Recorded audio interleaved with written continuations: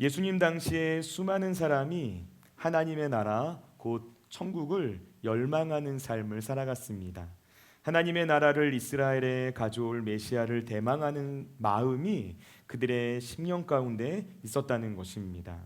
우리를 위해 이 땅에 오신 예수님께서는 그렇게 구원을 갈망하는 사람들과 그리고 세상 가운데 하나님 나라를 세우는 일을 행하시고 계셨죠.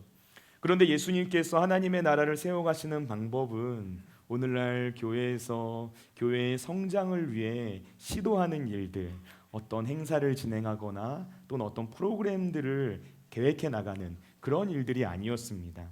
이 땅 가운데 하나님의 나라를 세우시는 예수님의 방법은 하나님의 나라를 직접 보여주는 것이었어요. 병든 사람들을 치료해 주시고 그리고 귀신을 쫓아내고 하나님의 말씀을 가르치셔서 그 말씀이 의미하는 바가 뭔지를 깨닫게 해주셨다는 것입니다. 하나님의 말씀을 잘 깨달을 수 있도록 해주는 예수님의 방법 중 하나가 바로 비유의 말씀을 하시는 것이었습니다. 하나님의 나라고 천국이 어떤 곳인가 그것을 많은 사람들이 잘 이해할 수 있도록 일상 가운데 있는 어떤 평범한 사건들을 비유로 설명하기 시작하신 것이죠. 그래서 수많은 사람들 그 중에서도 특별히 예수님의 제자들이 하나님의 나라를 갈망하게끔 만드셨다는 것입니다. 어린 왕자를 쓴 이 프랑스의 작가인 생텍쥐페리가 이런 말을 했습니다. 만약 여러분이 배를 짓고자 한다면 더 많은 나무를 얻고 일을 나누고 지시하는데 많은 힘을 쓰지 말라. 다만 사람들에게 광대하고 끝없는 바다에 대한 갈망을 가르치라. 여러분, 이 말은 마치 하나님 나라를 세우고자 했던 예수님의 방법을 떠올리게 해주는 말이죠. 오늘날 이 시대가 안고 있는 여러 아픔 중에 하나는 이 하나님 나라를 세워가는 예수님의 방법을 잃어버린 것은 아닌가 하는 점입니다. 우리가 혹시 큰 배를 만들기 위해서 더 많은 나무를 얻으려고 하고 일을 나누고 그 일을 진행하기 위해 지시하는 이런 일들에 더 많은 에너지를 쏟고 있는 것은 아닌가 생각하게 되는 것입니다. 여러분, 우리가 하나님 나라를 세우기 위해서는 먼저 하나님 나라가 어떤 곳인지를 제대로 알아야만 합니다. 하나님의 나라가 어떤 곳인지를 우리가 온전히 알아서 그 하나님 나라를 더 갈망할 수 있게 되어야 한다는 거예요. 우리가 주님의 말씀을 날마다 깊이 읽고 또 들여다보고 그리고 거기에서 하나님의 나라, 천국, 복음, 예수 그리스도가 어떤 분이신지 이 모든 것들을 발견해서 평범한 일상 가운데서 하나님 나라를 갈망하는 삶을 살게 되는 것, 바로 이것이 이 시대와 우리 교회를 향한 하나님의 비전이라고 말을 할 수가 있어요. 그리고 바로 이 지점에서 우리의 삶의 변화가 시작됩니다. 우리 변화로부터 이 땅 가운데 하나님의 나라가 임하게 되는 놀라운 일들을 경험할 수 있게 된다는 것이죠. 여러분, 오늘 우리는 하나님 나라에 대한 예수님의 비유의 말씀을 통해서 은혜를 나누고자 합니다. 예수님을 통해 주어진 구원을 맛보게 된 사람, 그래서 하나님 나라를 갈망하게 된 사람들, 그들 가운데 일어나게 된 자연스러운 반응이 무엇인가? 우리가 이것을 살펴보면서 세상 그 무엇과도 비교할 수 없는 최고의 가치를 지니고 계신 예수 그리스도 한 분만을 바라볼 수 있게 되시기를 주님의 이름으로 축원을 드립니다. 오늘의 첫 번째, 가장 가치 있는 것을 알아보는 안목이 있어야 한다는 것입니다. 우리 다 같이 오늘 본문 44절 말씀, 마태복음 13장 44절 말씀을 한 목소리로 읽겠습니다. 천국은 마치 밭에 감추인 보화와 같으니 사람이 이를 발견한 후 숨겨두고 기뻐하며 돌아가서 자기의 소유를 다 팔아 그 밭을 사느니라. 아멘. 여러분, 오늘 본문 말씀은 천국은 마치라는 말로 시작하고 있습니다. 이 말씀이 천국을 비유적으로 설명하는 말씀이구나 하는 것을 알 수 있게 해주는 대목이죠. 우리가 지금 읽은 이 천국 비유 말씀을 이해하기 위해서는 예수님 당시의 시대와 문화를 먼저 살펴보는 일이 필요합니다. 여러분, 이 이스라엘이라는 나라는 지정학적으로 이집트와 메소포타미아 강대국 사이에 있어서 역사적으로 굉장히 많은 침략과 그리고 전쟁을 경험해야만 했던 그러한 환경 가운데 있었습니다. 당시에는 이 은행과 같은 어떤 금융기관이 없었기 때문에 자신이 가지고 있는 재물을 보관할 수 있는 방법이 지금과는 다를 수밖에 없었죠. 가장 안전한 방법이 뭐였을까요? 항아리 같은 것에 보물을 넣어서 땅에 묻어두는 일이었어요. 집 어딘가에 보물을 보관하면은 강도가 들거나 또는 전쟁이 일어나서 적군이 쳐들어오게 되었을 때 그것을 너무 쉽게 빼앗길 수가 있었던 것이죠. 하지만 밭에 숨겨두면 숨긴 사람만 그 보물의 위치를 알고 있는 겁니다. 그래서 이게 자신이 가지고 있는 재물을 보관할 수 있는 가장 안전한 방법이었던 거예요. 우리가 잘 아는 이 달란트 비유 말씀이 있죠.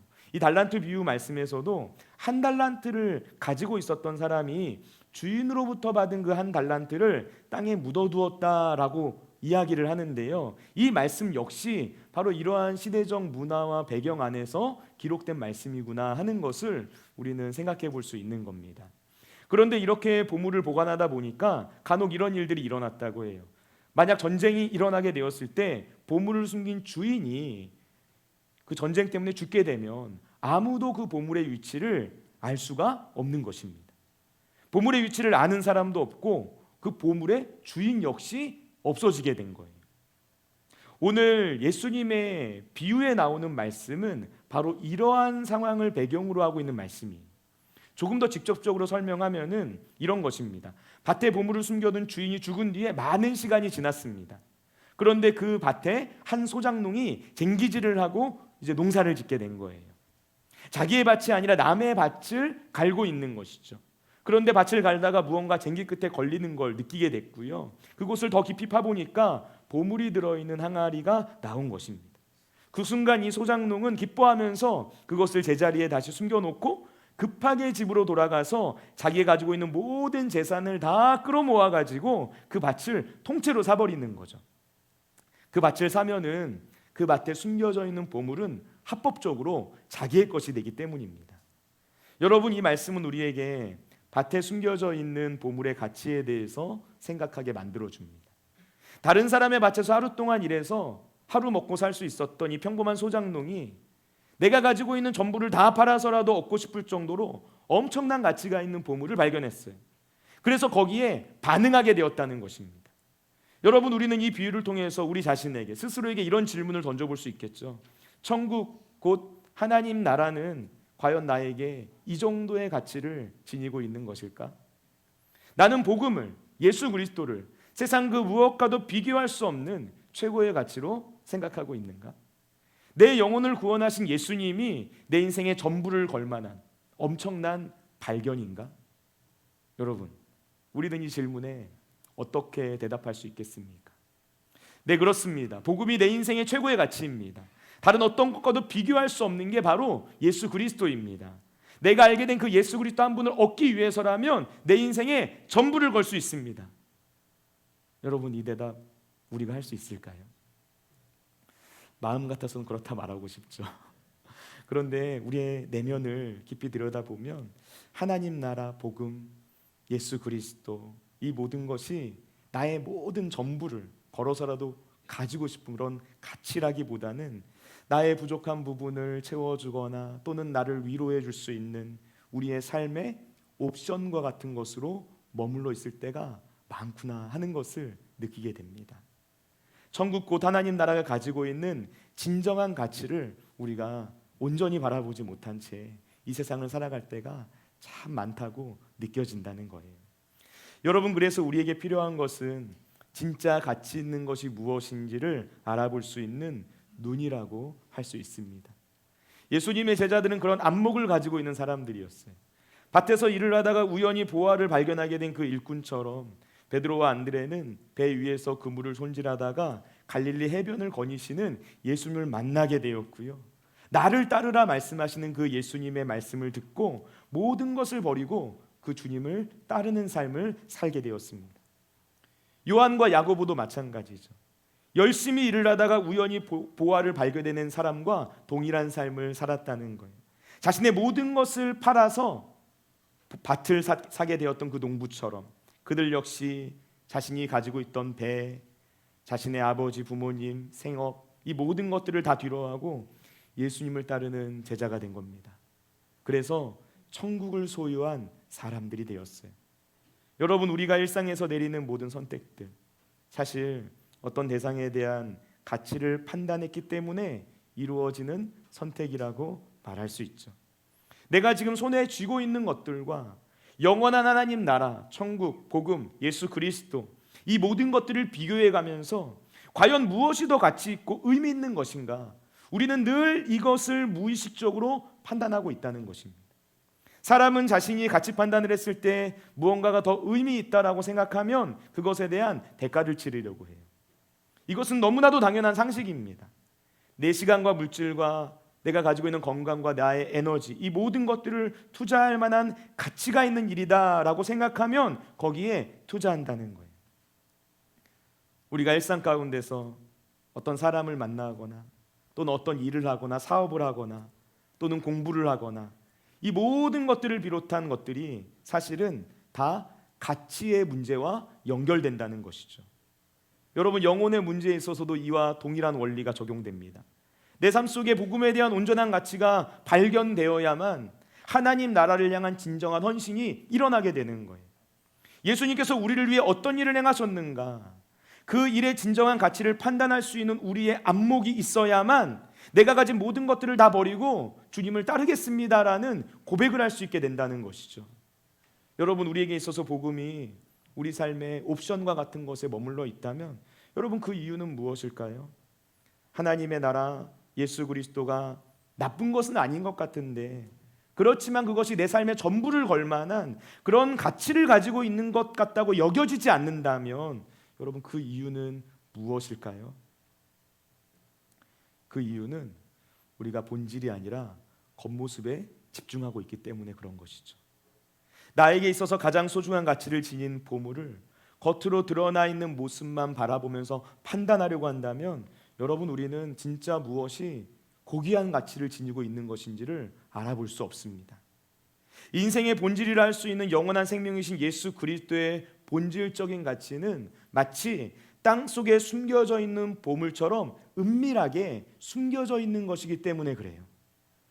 반면에 우리 삶의 비본질적인 것이라고 말할 수 있는 돈, 학력 또는 사회적 지위, 이 모든 것들은 그것이 없으면은 내가 마치 지금 당장 죽을 것 같고 내가 망할 것 같고 내가 살 수 없을 것처럼 너무나도 분명하게 보이는 보물처럼 느껴진다는 것입니다. 그래서 우리는 그런 것들을 통해서 삶의 위로와 만족을 얻으면서 살아가려고 애쓴다는 게 된다는 것이죠. 그러나 우리가 이렇게 비본질적인 것들과 더 가까워지면 가까워질수록 하나님 나라 천국은 우리에게서 점점 멀어지게 돼요. 그래서 가장 본질적인 가치를 지녀야 할 예수 그리스도라는 존재가 내 삶의 부족한 어떤 부분들, 내 삶의 아쉬운 것들, 나의 결핍을 채워줄 때만 찾게 되는 내 인생의 옵션 같은 존재로 머물러 있게 된다는 겁니다. 여러분, 삶의 본질이 무엇인지를 볼 수 있는 안목을 갖게 되시기를 예수님의 이름으로 축원을 드립니다. 가장 고귀한 가치를 지니고 계신 예수 그리스도를 생각하고 그분을 통해서 우리의 삶을 바라보게 되면은 우리 삶의 모든 가치 판단의 기준이 바뀌게 되는 거예요. 오늘 저와 여러분 모두가 그 본질을 직시하게 되어서 우리 인생의 밭에 숨겨져 있는 보화가 무엇인지를 발견하게 되시기를 주님의 이름으로 축원을 드립니다. 오늘의 두 번째, 가장 값진 것을 얻기 위한 결단이 있어야 합니다. 45절과 46절 말씀 우리 한번 읽었으면 좋겠는데요. 진주를 찾는 상인에 대한 비유입니다. 우리 다 같이 한 목소리로 읽겠습니다. 또 천국은 마치 좋은 진주를 구하는 장사와 같으니 극히 값진 진주 하나를 발견하매 가서 자기의 소유를 다 팔아 그 진주를 사느니라. 아멘. 여러분, 이 비유에 등장하고 있는 진주를 찾고 있는 상인은 여러 곳을 돌아다니면서 좋은 물건을 구하고 그것을 파는 어떤 도매상이나 또는 사업가, 이런 사람으로 생각해 볼 수 있을 것 같습니다. 이 당시의 진주는 주로 사해나 페르시아만 또는 인도양에서 건져 올렸다라고 전해지는데요. 사해에서 나오는 진주들은 품질이 굉장히 낮았대요. 그런 반면에 페르시아만 또는 인도양에서 생산되는 진주들은 비교적 품질이 우수했다고 합니다. 당시에는 진주가 부의 상징이었어요. 그렇기 때문에 굉장히 수요가 많았다고 하고요. 그래서 진주를 파는 상인들은 값진 진주를 구하기 위해서 이곳저곳을 돌아다니면서 굉장히 많은 애를 썼다는 것이죠. 오늘 비유에 나오는 상인이 가지고 있었던 꿈이 뭘까요? 그의 꿈은 당시 최고의 보물로 여겨졌던 좋은 진주를 얻는 일이었을 겁니다. 그래서 가장 크고 좋은 진주를 찾기 위해서 오랫동안 여러 곳을 돌아다니다가 마침내 극히 값진 진주를 찾게 된 것이죠. 이 상인은 비싼 진주를 발견하고서 지금 못 사면 내가 이것을 도저히 살 수 없을 거야 라는 그런 마음을 가지고 자기의 모든 재산을 다 팔아서 그 진주를 손에 넣게 된 것입니다. 여러분, 진주를 찾는 상인의 비유는 이 바로 앞에 나왔던 밭에 숨겨져 있는 보화의 비유와 하나의 짝을 이루고 있어요. 그래서 이 두 비유 사이에는 일맥상통하는 공통점이 존재하고요. 그리고 서로 다른 차이점이 존재하게 됩니다. 우리는 먼저 이 두 비유의 공통점에 좀 주목해 보고자 하는데요. 공통점은 뭐냐면 이 두 비유에 등장하는 사람들은 모두 다 가장 가치 있고 소중한 것을 얻기 위해서 결단을 했다는 것입니다. 진짜 가치 있는 것을 발견하는 것, 지금 내 앞에 있는 이것이 정말 가치 있는 것이구나라는 것을 구별할 수 있는 안목을 가지는 것은 굉장히 중요한 일이에요. 그러나 여러분, 그 안목만 있다고 해서 그것이 내 것이 되는 것입니까? 그렇지 않은 것이죠.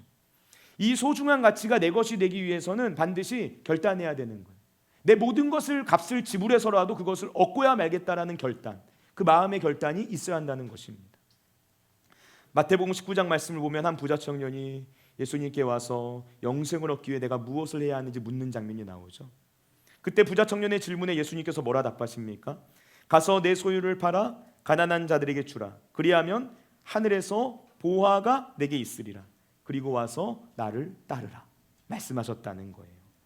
성경은 예수님의 말씀을 들은 부자 청년의 반응을 기록하는데 그 청년이 재물이 많음으로 이 말씀을 듣고 근심하여 가니라 라고 기록하고 있습니다. 그는 많은 재물을 다 팔아서 가난한 자들에게 주라라는 예수님의 말씀에 순종할 수 없었어요. 그래서 예수님을 따르지 못한 채 근심하면서 발걸음을 돌리게 됩니다. 그는 돈 때문에 예수님을 따르지 못했다는 거예요. 간단하게 말하면 그에게는 돈이 예수님보다 더 소중하고 귀한 가치였다는 것이죠.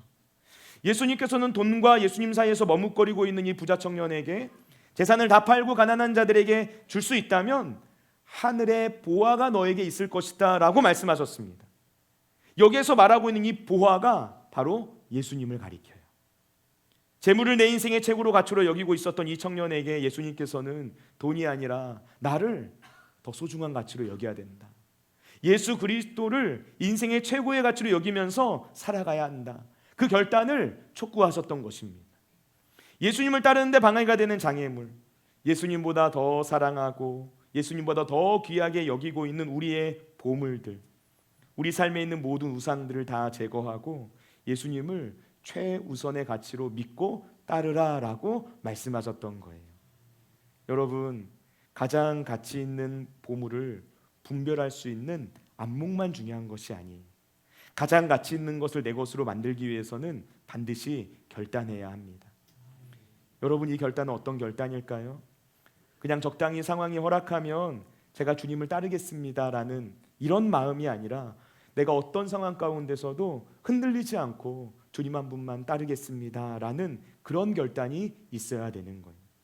예수님 당시 예수님을 따르는 제자가 된다는 것, 그것은 세상에서 잘 나가고 인정을 받고 그리고 칭찬받는 삶을 살아가게 된다라는 것을 의미하는 게 아니었습니다.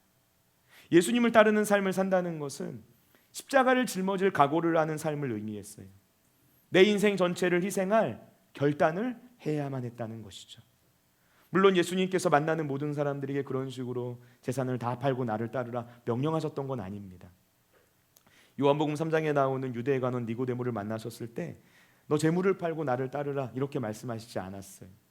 누가복음 19장에 나오는 삭개오도 자신이 먼저 자기의 소유를 내어놓은 것이지 예수님께서 네가 가지고 있는 소유 다 내어놔 그리고 나를 따라 먼저 이렇게 명령하신 게 아니었다는 거예요. 예수님께서 모든 사람들에게 재산을 다 팔라고 명령하신 것은 아니죠. 하지만 예수님 당시 예수님을 따른다라는 것은 양자택일의 선택을 요구하는 경우가 많았다는 사실을 성경은 말해주고 있는 거예요. 돈인가 아니면 예수님인가? 나의 안락한 일상을 영위할 것인가 아니면 예수님을 따르는 삶을 살 것인가? 나의 목숨을 선택할 것인가 아니면 주님을 따르는 삶을 살아갈 것인가? 무엇을 선택할 것인가? 여러분, 그 결단을 해야만 했다는 거예요.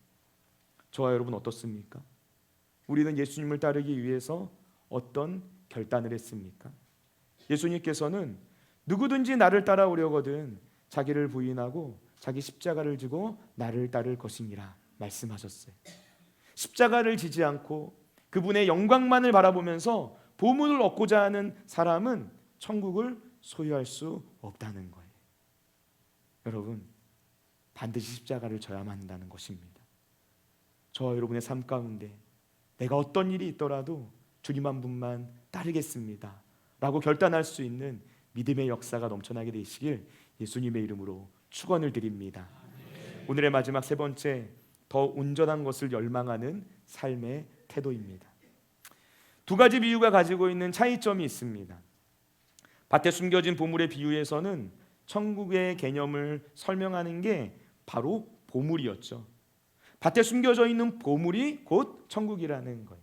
그런데 진주를 찾는 이 상인의 비유에서는 천국이 진주가 아니라 진주를 찾는 상인에 비유되고 있어요.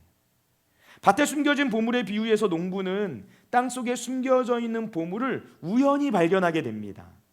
그런데 진주를 찾는 상인의 비유에서는 이 좋은 진주를 상인이 굉장히 열심히 찾았고요, 그렇게 찾던 중에 최상품의 진주를 발견하게 된 것이죠. 이것이 차이점이에요. 여러분, 우리가 인생을 살다 보면 때로는 내가 한 일이 아무것도 없음에도 불구하고 하나님께서 우리의 인생 가운데 의도적으로 찾아와 주시고 강권적으로 우리의 삶을 이끌어 가시는 그런 놀라운 은혜가 부어지는 순간이 있습니다. 내가 한 일이 아무것도 없어요. 근데 하나님께서 모든 것을 다 준비해 놓으신 거예요. 하나님께서 다 행해 주신 거예요. 마치 밭에 숨겨져 있었던 보물을 우연히 발견하게 된 이 농부처럼 우연과도 같은 하나님의 은혜가 우리의 삶 가운데 부어지는 그런 순간들이 있다라는 것입니다. 그런데 우리의 인생은 이런 것들로만 채워지는 게 아니죠. 천국을 발견하고 천국을 소유하고 천국을 누리기 위해서는 값진 진주를 찾는 상인처럼 그것을 찾기 위해서 그리고 소유하기 위해서 굉장히 많은 노력과 시간을 기울이는 그러한 태도가 있어야만 한다는 거예요. 구하고 찾고 문을 두드려야 한다는 것입니다.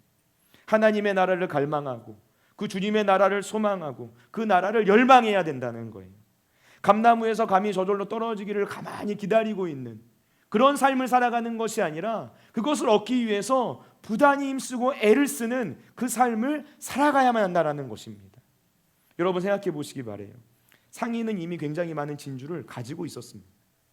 그런데도 그는 그것보다 더 좋고 가치 있는 진주를 얻기 위해서 더 온전한 진주를 찾기 위해 부단히 애를 썼어요. 우리의 삶에 이 같은 태도가 있어야 한다는 겁니다. 이미 나에게 주어져 있는 것들만을 가지고 거기에 안주하면서 머물러 있는 것이 아니라 우리가 궁극적으로 바라고 원하고 열망하는 삶의 분명한 목표를 가지고 살아갈 수 있어야 된다는 거죠. 사도 바울은 뒤에 있는 것은 잊어버리고 앞에 있는 것을 잡으려고 표대를 향하여 그리스도 예수 안에서 하나님이 위에서 부르신 부름의 상을 위하여 달려가노라 고백했어요. 우리에게 바로 이런 삶의 태도와 자세, 표대를 향하여 달려가는 그 모습이 있어야 한다는 것입니다. 여러분, 우리는 인생의 참된 가치 그리고 바른 목적을 발견해야만 합니다.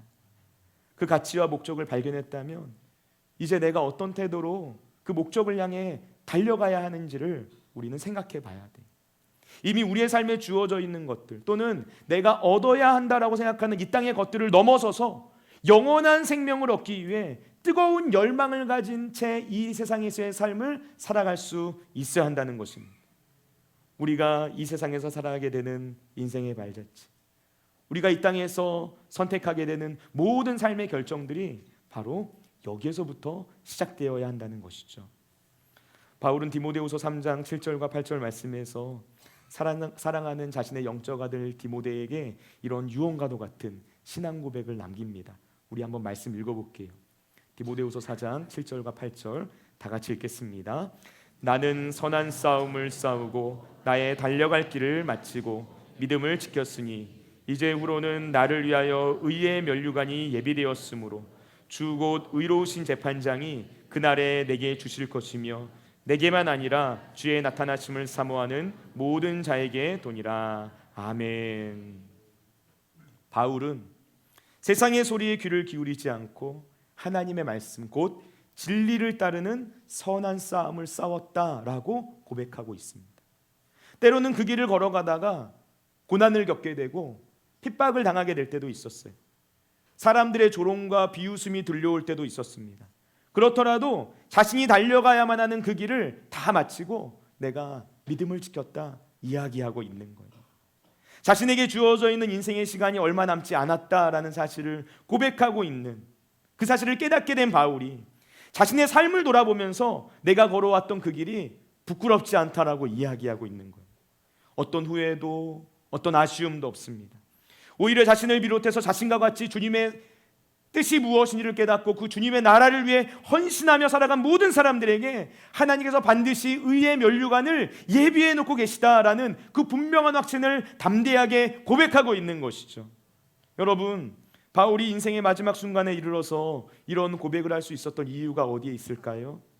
바울은 어떻게 이렇게 후회 없는 삶을 살아갔다라고 고백할 수 있었던 것입니까? 여러분, 그 이유는 그가 인생의 마지막 순간까지 내가 예수를 만난 이유, 나의 사명을 깨닫게 된 이유, 내 인생의 목표와 방향이 뭔지를 알게 된 그 이유, 그 생명이 마치는 그 순간까지 더 온전한 것을 열망하는 삶의 태도를 잃어버리지 않은 것에 있었죠. 표대를 향해서, 부르심을 향해서 살아가는 그의 삶의 태도, 그 뜨거운 열망을 바울은 늘 가슴 가운데 품고 살아가고 있었다라는 것입니다. 여러분, 밭에 숨겨진 보화를 찾게 된 농부도, 그리고 값진 진주를 찾기 위해 애쓴 상인도 가장 가치 있는 것을 발견하고 자신의 희생과 그리고 대가를 치렀어요. 그러나 그 희생과 대가는 절대로 손해보는 일이 아니었습니다.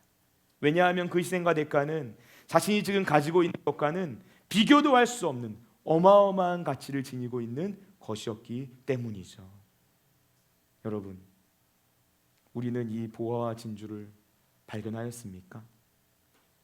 혹시 아직 발견하지 못하신 것 같다면 가장 가치 있는 보화이자 진주이신 예수님을 믿음의 눈으로 바라보시기 바랍니다. 지금 우리의 마음의 문을 두리고 계신 그 주님을 향해서 마음의 문을 여시길 바라요. 여러분, 이미 그 보화와 진주를 발견하셨습니까? 예수 그리스도의 가치가 무엇인지를 알고 계십니까? 여러분, 그렇다면 그 가치를 아는 것으로 머물지 말고 더 값진 것을 얻기 위해 결단하시기 바랍니다. 그 보화와 진주를 값을 지불하고 사는 것입니다. 발견만 했다고 해서, 내가 그것을 발견하여서 이제 교회에 다니기 시작했고 성경의 내용을 배우게 되었고 알게 되었고, 그렇다고 해서 이 보화, 이 진주가 그냥 내 것이 되는 것이 아니에요. 그것을 값을 주고 사야만 내 것이 되는 것입니다. 이 말씀을 묵상하는데 우리 교회 성도님들 생각이 많이 나더라고요. 우리 교회 곳곳에 보이는 것 보이지 않는 곳에서 헌신하는 우리 헌신의 손길들이 있습니다. 우리 장로님들 보이는 것 보이지 않는 곳에서 교회를 위해 헌신하고 계시고요. 다른 곳에서도 여러 성도님들이 늘 수고하는 모습을 보게 됩니다. 제가 어제도 설교를 준비하다가 중간에 나와서 교회를 잠깐 둘러보는데 곳곳에서 수고하시는 성도님들의 손길이 보이더라고요. 주일날 우리 성도님들 맛있는 점심 식사 준비해야지 하는 마음으로 식당 봉사를 하기 위해서 토요일날 그 시간을 내어서 헌신하는 손길들이 있고요. 제가 직접 올라가 보진 못했지만 옥상에서 우리 교회 방수공사를 한다고 우리 안수 집사님들 곳곳에서 수고하고 계세요. 우리 교회에 여러 가지 변화되는 과정 가운데서 우리 장로님들 보이는 곳 보이지 않는 곳에서 수고하고 애쓰시면서 교회를 위해 헌신하는 모습들이 있고요. 제가 이걸 하나하나 다 말하면은 연말 시상식장이 될 것 같아요. 그래서 하나하나 다 말씀은 드리지 못하지만 곳곳에서 주님의 나라를 위해 헌신하는 그 은혜의 손길들이 있다는 것입니다. 여러분, 세상 사람들이 바라보면 이해되지 않는 모습이죠. 어떻게 그런 삶을 살아갑니까? 도대체 왜 거기에 시간과 에너지를 쏟습니까? 그런 이야기를 하게 된다는 것입니다. 여러분, 우리가 왜 그런 헌신된 삶을 살아가고자 결단한 것이겠습니까? 내 인생에서 가장 가치 있고 가장 값진 것이 무엇인지를 깨달아 되었기 때문이 아니겠습니까? 그래서 더 값진 것을 얻기 위해서 주님의 나라를 세워가기 위해 헌신하기로 결단했기 때문에 세상이 이해하지 못하는 그런 삶을 살아가는 것 아닐까요? 여러분, 오늘 비유에 나오는 이 농부와 상인, 그들의 삶 전체를 놓고 보았을 때 가장 가치 있는 것을 찾게 된 바로 그 순간이 그의 삶의 이전의 삶과 이후의 삶이 전혀 달라지게 만든 그런 결정적 순간이었어요. 지금까지의 삶과 그리고 앞으로의 삶을 완전히 뒤바꿔 놓은 그 순간이 내 인생에 가장 가치 있는 것이 무엇인가를 깨닫고 그것을 향하여 결단하고 그것을 향하여 헌신하게 된, 그 열망을 품게 된 그러한 순간이 되었다라는 것입니다. 여러분, 혹시 그런 경계에 서 계신 분 계십니까? 세상과 예수님 사이에서 머뭇거리고 계십니까? 그렇다면 지금 결단하시기 바랍니다. 나의 전부를 걸어도 아깝지 않은 예수님을 바라보시기 바랍니다. 그래서 주님 안에 있는 하나님의 나라를 소유하는 복된 삶, 하나님과 늘 동행하는 은혜의 삶을 살아갈 수 있게 되시기를 예수님의 이름으로 축원을 드립니다.